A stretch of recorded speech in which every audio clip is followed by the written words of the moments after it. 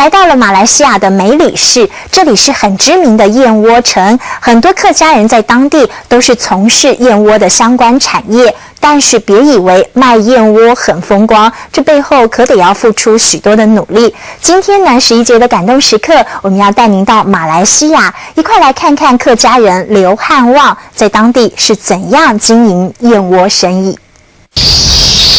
一到下午，马来西亚梅里市就可以看到满天燕子飞舞。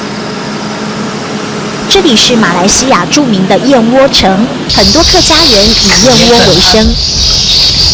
一栋栋的屋子不是给人住的，全都盖给燕子住。废弃的房屋大转型，通通变成燕子旅馆。燕屋播放燕子求偶的叫声，吸引成群结队的金丝燕入住。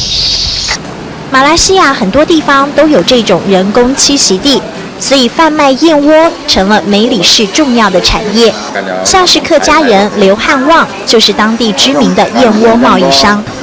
你係工人啊，辛苦做嘅人，係猛加工嘅，呢種人一片之熱料嘅。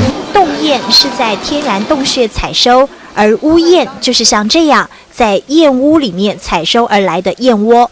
要咁木板啊，將佢要熟嘅木碎啊，唔係都加工就睇住咯，長嘅咯，这些都是未加工的燕窝，要卖个好价钱，还得要再加工，把燕窝上的羽毛通通清洗干净，要够细心，也要有耐心。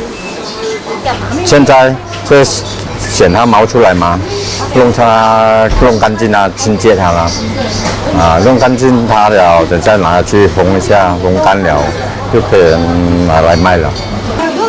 刘汉旺因为童叟无欺，收获好评，很多人上门找他买燕窝。只是万事起头难，当初创业的时候，他也曾经受骗上当。那燕窝本来是好像有88%干度啦，他拿放到水下去，弄到50%60%这样，你不会看他讲那水分就重了吗？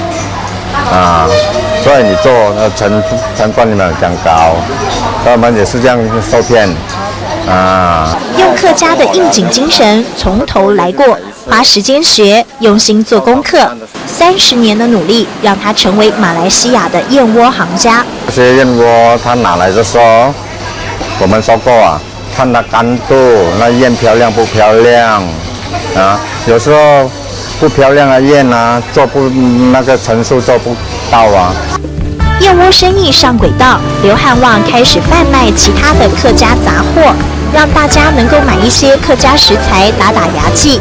现在的刘汉旺大部分的时间都分给梅里客家工会，他希望客家文化也能持续推广，在海外发光。金丝燕归来，以温润的燕窝回报客家子弟的努力。30年的商誉屹立于海外市场，刘汉旺不忘客家本色，编写感动时刻。